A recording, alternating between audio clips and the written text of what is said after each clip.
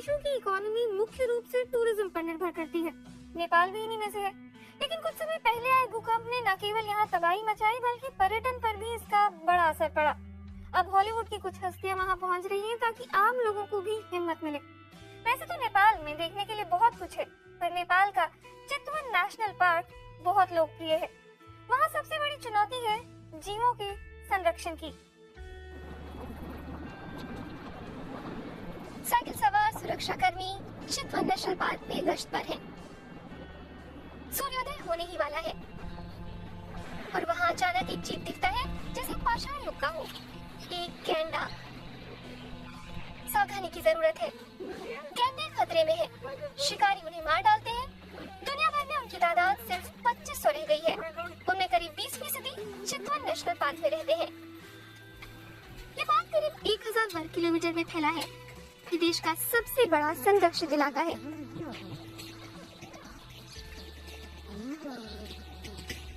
सेना नदी पर भी नजर रखती है। कीचड़ में रहने वाले घड़ियाल से आंखों का संपर्क होता है।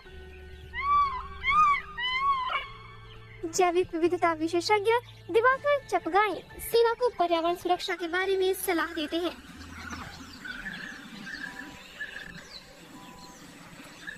वे बताते हैं कि घड़ियाल कम होते जा रहे हैं। अक्सर उनके अंडे चुरा लिए जाते हैं।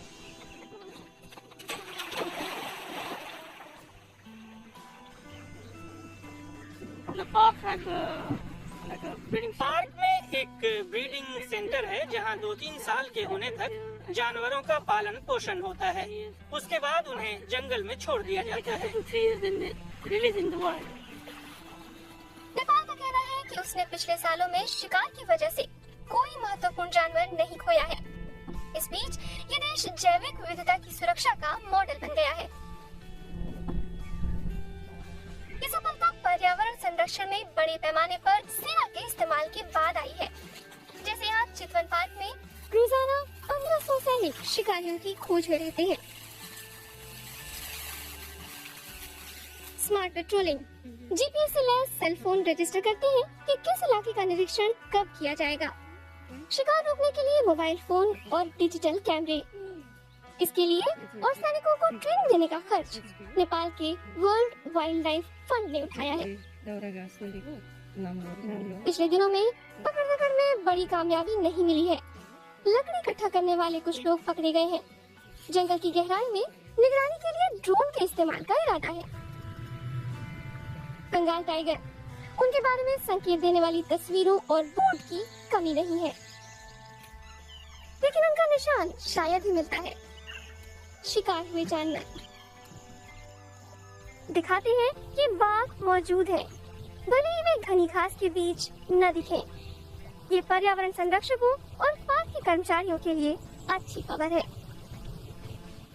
सबूत कैमरे से मिलता है। दुनिया भर में खुले जंगल में रहने वाले करीब 3000 बाघ हैं। उनमें करीब 120 चितवन पार्क में है और उनकी संख्या बढ़ रही है। इन तस्वीरों को देखकर मैं हैरान रह गया। इस शाही जीव को देखिए, किस तरह इसने इस जंगली भालू को पकड़ रखा है, जो यहाँ चितवन का अहम शिकार किए जाने वाला पशु है। यहाँ टाइगर के लिए पर्याप्त जगह है, इतना कि हम चितवन में उनकी संख्या दोगुनी कर सकते हैं। ये पूरे नेपाल के लिए भी लागू होता है। नेपाल के नेशनल पार्क में प्रजाति सुरक्षा इसलिए भी काम कर रही है कि आसपास रहने वाले लोग पशुओं के निवास स्थान का आदर करते हैं। यदि पार्क सफल रहता है तो इसका फायदा उन्हें भी होगा। वे चूल्हा जलाने के लिए जंगल में लकड़ी इकट्ठा कर पाएंगे, लेकिन सिर्फ जंगल में, उसके लिए अलग से बने इलाके में।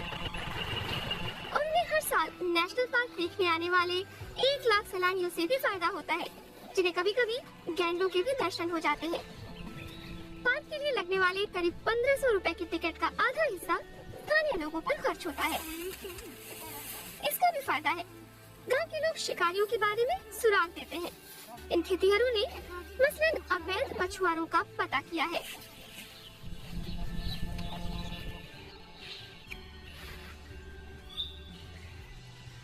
ये शख्स नेपाल का सबसे कुख्यात गैंडों का शिकारी है। इसे मलेशिया में धरा गया और पकड़कर चितवन लाया गया। 30 वर्षीय शिकारी पर 22 गैंडों को मारने का आरोप है। गैंडे की सींग का इस्तेमाल शक्तिवर्धक दवाओं और कैंसर की दवाओं में होता है। इस अवैध शिकारी को 15 साल की कैद हो सकती है। नेशनल पार्क के जानवरों और इलाके के निवासियों के लिए शिकारी का पकड़ा जाना एक अच्छी खबर है।